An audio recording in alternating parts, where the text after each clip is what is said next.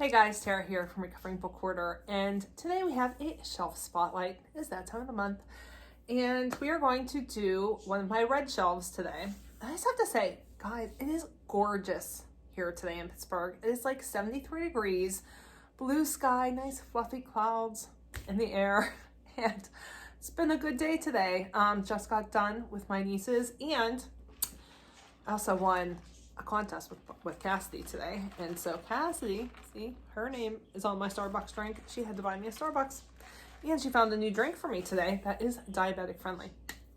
So, back to the shelf spotlight. I would say that the theme of this shelf is favorite authors.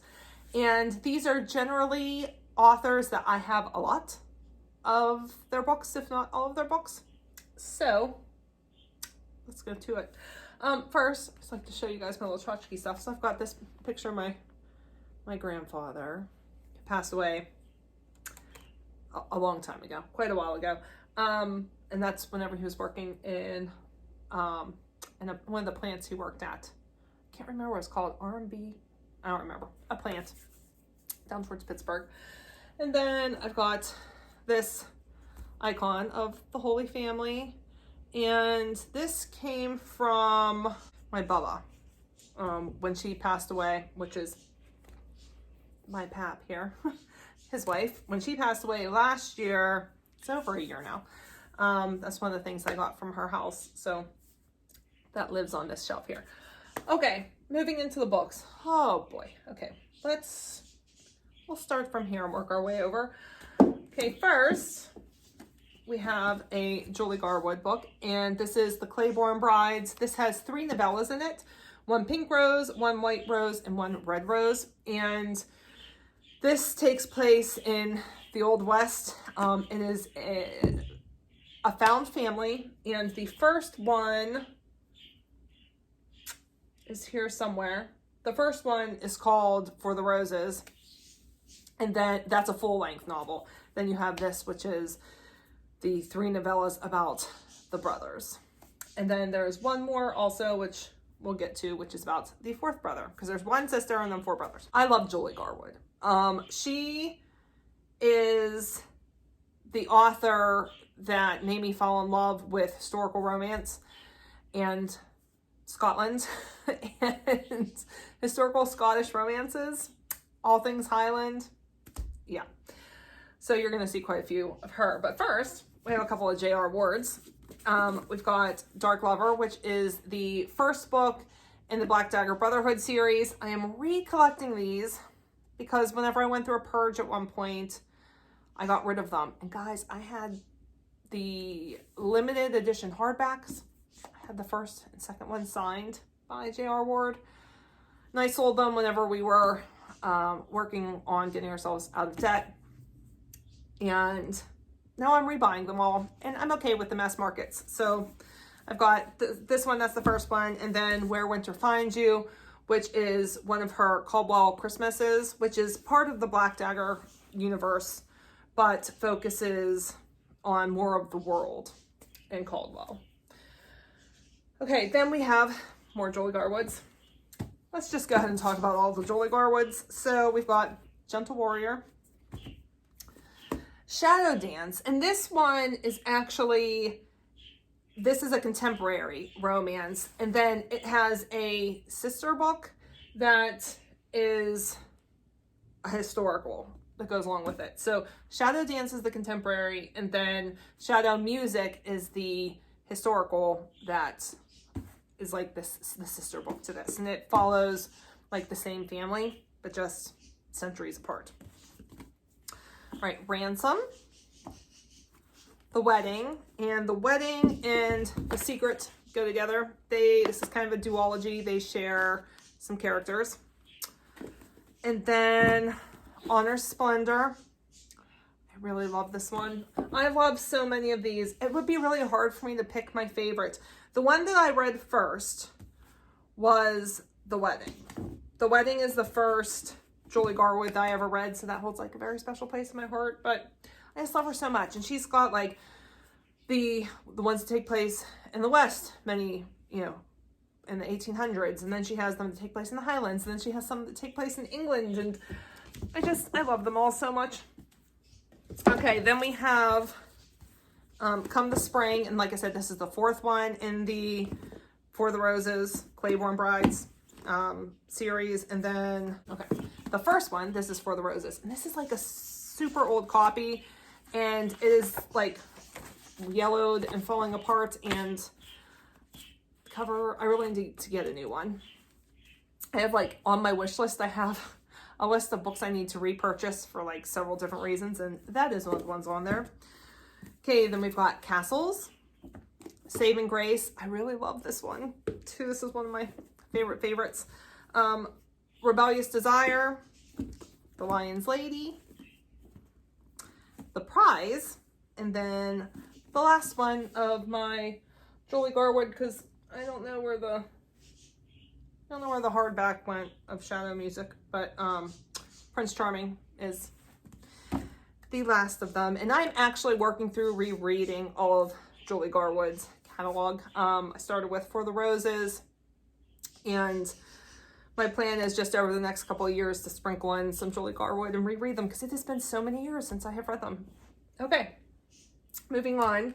We've got Garwood. I have The Sinner, which is part of the Black Dagger Brotherhood, and then The Jackal, which is the first in her prison camp series, which is it's still a Black Dagger Brotherhood novel, but it's kind of like a companion. She has all these novels that like break off of the main one, which is Black Dagger. I love her. I don't care for her contemporary stuff that she's done. I only care about the brothers and the Fallen Angels, but the Fallen Angels have crossed into the Brotherhood series, and so they share some characters, and those are the ones I like, and those are urban fantasy. If you don't know what the Black Dagger Brotherhood is, it is vampires like you have never seen vampires before, and I love them.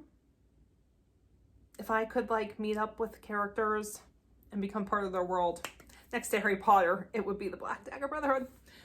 Okay, then I have Chris Kuzneski, who is actually originally from Pittsburgh, and that's how I ended up finding him. And if you enjoy the Dan Brown novels, I would say that it would be like the closest thing I would compare Chris Kuzneski's novels to. And this is his Payne and Jones series. So it's this set of best friends, and they are ex-special ops. And they are like, you know, your quintessential special ops military men. And they go on these exploits all over. Let me see. Let me try and take you through in the right order. So, whoops, dropping stuff. So the first one of his, and this is the one that I read first, is The Plantation. And I really love this book.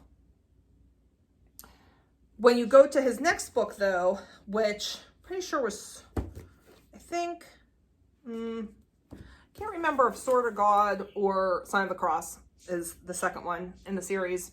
It's one of these. You like, there's a relationship between the main character and a female in here who it's just never revisited. And so I always wonder, like, what happened? What's the backstory? Why aren't they together anymore? But very good. Okay, so like action adventure. So then you've got those two. Then The Death Relic, The Secret Crown, The Lost Throne, and then this one's very special because the Cathedral of Learning, which is part of Pitt University in Pittsburgh, is on the front here. So that's it. That's the Cathedral of Learning. And was actually just downtown Pittsburgh this past Monday. Not like yesterday, because today's Tuesday. But the Monday before that, we went down to celebrate Cassidy's birthday, and we did like the double-decker bus tour. We played tourists, and we got to go down to the Pitt campus, and went right by the Cathedral of Learning, and it's a beacon in the city. If you've never been to Pittsburgh, you can figure out where you are and where you need to go based on looking for where the Cathedral of Learning is. So, love this book because the beginning of it takes place in Pittsburgh, and it's just so fun. A lot of the beginnings of his books take place in Pittsburgh, and I just really like Chris Kuzneski. He has one more from the series called the Malta some experiment incident, something that I did not love. That was the last one here, and I think it ended up being like 2 stars. All his other ones are 4, 5 stars for me, so that one was just really disappointing. I don't know. It just felt like a completely different writing style. So I ended up not keeping that one because there's just no way I was ever going to reread that. And even though I hate not having a full set of a series, I just, you know, when you have this many books, you have to be picky and choosy. All right, then I have Anne of Green Gables, Ellen Montgomery, and there's only one here because the rest are in my my library because I haven't read them yet. So, yeah, I love this edition. All of them are just gorgeous. I love this artwork. All right, then we have, this was just a gift from my friend Kim. She stopped by work one day and dropped this off to me and said she saw it and thought of me and she gave it to me. So that was the little book of where to find it in the Bible. Just a helpful little A to Z guide.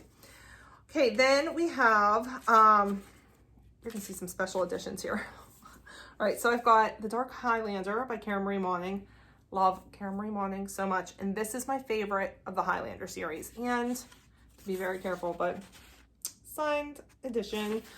Got this signed whenever I went and met. I was so excited. I got to meet her and J.R. Ward at the same time. And it was just like one of the best days of my entire life. So it's a very special copy. All right, then we have Shanna by Kathleen Woodiwiss. And this is actually the only book I've ever read by Kathleen Woodiwiss. My mom had recommended this to me whenever I was into the Julie Garwood and stuff. She's like, you have to read it. You'll love it so much. And I really did. But this is like your quintessential old school romance. Like this might be, this is one of the Avon fiction romances. And so there's, this is trigger warnings. And a lot of books that were written around this time, the love interest ends up essentially being raped by the man that she ends up being with. And so that's yucky and gross and terrible. But like all of them were like that then. But the story is very good. So I really like that's one I would like to reread at some point. Okay, then we've got these by Josie Litton.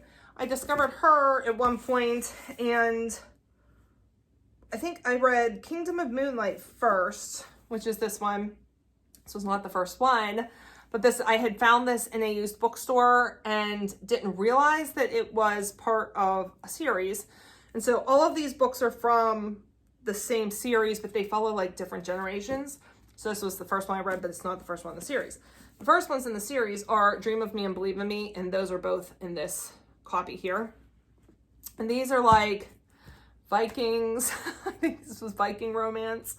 And then like English come into it. Then there's this like this castle on this hidden island, and that's what we discovering the Kingdom of Moonlight is the hidden island castle, and it's just so cool.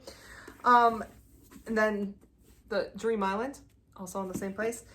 Then there are these other one, well, Castle in the Mist, I think, is part of that. Then the next generation is Fountain of Dreams and Fountain of Fire. And then there's one more, and I don't know what happened to it. I have to say, I've moved several times, and so I know I wouldn't have gotten rid of it on purpose, but my guess is that it somehow made its way out of my life, and it's kind of upsetting because I really like those. Those are ones I want to reread here at some point too, because like a lot of these I haven't read in probably 15 years. And, sometimes it's fun just to see how things hold up and if you still really love them. When I reread For the Roses by Julie Garwood, still 5-star read. Yeah. In case you're wondering, this is black iced tea with some lemonade in it. 15 carbs. Okay, all right, some additional special editions here. All right, so Jamie McGuire writes new adult romance, and so I discovered her through this book, Beautiful Disaster, and this is a special edition hardback, which is signed by the author right there. My husband got these for Christmas for me one year. So this follows Travis Maddox and he calls her Pidge. Why can't I think of what her name is? Oh, but how about, wait, when he wrapped it, oh gosh. I don't know what he did. Sometimes men, you get all of them. He wrapped his own presents this year, and for some reason he put the tape on the book, and my special edition got ripped.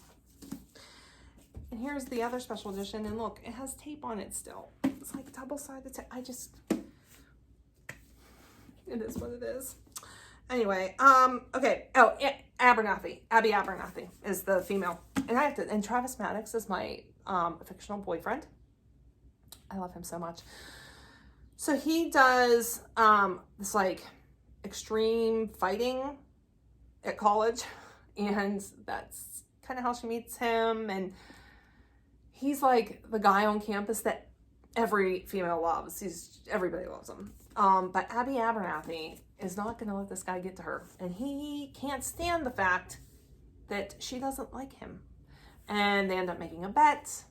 And yes, stuff just ensues. Okay, so there's that one. And then this one, so that's told from Abby's perspective. This one is told from Travis's perspective. So this is Walking Disaster.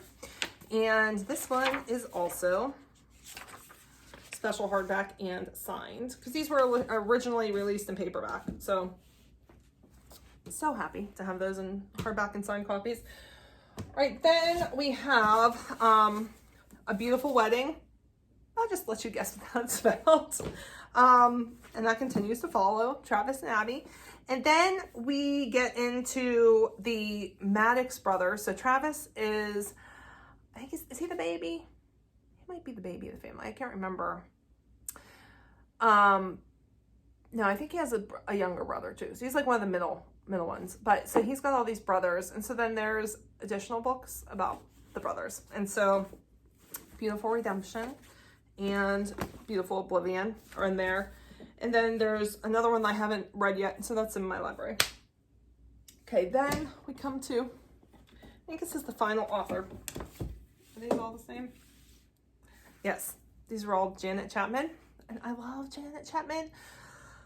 Unfortunately, she passed away a couple years ago, unexpectedly, and I was so upset by that. All of her books go together. So she has there's different series, but they're all from the same universe and have the same, it's like you follow the family in different generations again. And so it starts out, this set of Highland warriors time travel forward into the future and ultimately end up in Maine. And so that's where these take place, is in Maine. And so you've got the main series, which is the Highlander series. So we've got Charming the Highlander. That is the first one. And then these are totally not going to be in order because I can't remember which order they go in. I'm also doing a reread of hers. Just reread Charming of the Highlander, I think in December. Still so good. I just love them so much. Okay. So within the same generation, I guess, is Loving the Highlander, Tempting the Highlander, and Wedding the Highlander. Then starting with the new generation, we have Only with a Highlander. Highlander Christmas. I just say the atmosphere too. You love the characters, but the atmosphere in these books, you're in Maine and they own this ski lodge and all this property, and it's just so much fun. Giving him Highlander for the holidays. Okay, then I'm trying to think. I think then we moved into the Warrior series, I think is what it was called. And so again, still this one has like some shape shifters and things in it. And that's Moonlight Warrior, Dragon Warrior, and Mystical Warrior. And then we have the Spellbound Falls series. Again, still all the same characters. So if you're one of those people that like love to follow the same characters for, you know, generations at a time, this is the kind of series that you need. Please remember, these are in no particular order. Okay, Courting Carolina, Charmed by His Love, For the Love of Magic, The Highlander Next Door, Spellbound Falls. I can tell you this is the first. This is the first of the Spellbound Falls series. And then The Heart of a Hero and From Kiss to Queen.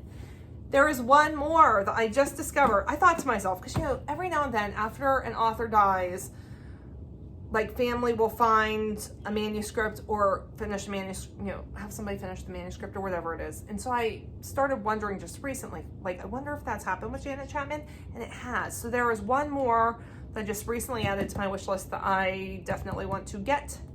And then I will have all of them, and I'll have nothing else to look forward to from her. I'm so sad she's gone. Truly so talented. These books are just so entertaining, and they are the books that, like, even though they're like 400, most of them are like 400 pages each, you fly through them. I'm talking like 1, 2, 3 days max to read them, because you just cannot put them down. Okay, so that is my shelf. I am pretty sure every single one of these was a 5-star read. And as you can see, quite a large portion of my reading life back in, I want to say like 2003 is probably whenever I discovered Jolie Garwood, and then soon thereafter Karen Marie Moning and J.R. Ward and Janet Chapman and Josie Litton, all like around that time. And that was what my reading was focused on, was these like historical romances or the urban fantasy. And then I just got to a point where these authors weren't coming out with anything new. I read their entire backlog, and you know, they were releasing, if I was lucky, 1 book a year, some not even that often, or some were just done writing altogether, and I was in the biggest reading rut. I'm like, I just don't know what else to read. That's when I decided to join a book club. If you ever get into a book rut, I cannot recommend enough joining a book club, because if you find the right kind of book club, you will be introduced to new authors and new genres and books that you would just not normally pick up on your own.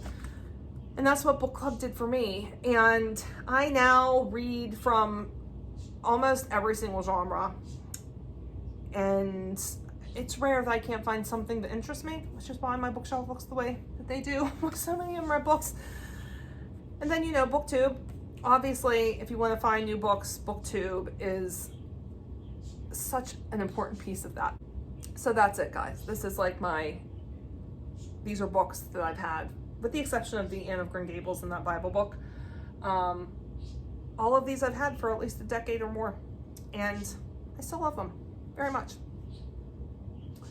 All right, so have you guys read any of these? I would love to know if there's any other Janet Chapman or Jolie Garwood or Karen Marie Moning or J.R. Ward or Josie Litton fans out there. I would love to know. I'm sure there are other people like me. So let me know what you think. Do you want to pick any of these up now that you've heard about them and me gush over them? I like to interact with you guys down in the comments. If you like this video, don't forget to give it a thumbs up. If you would like to see more from me, don't forget to subscribe. You can find me everywhere that I am on the interwebs down in the description box.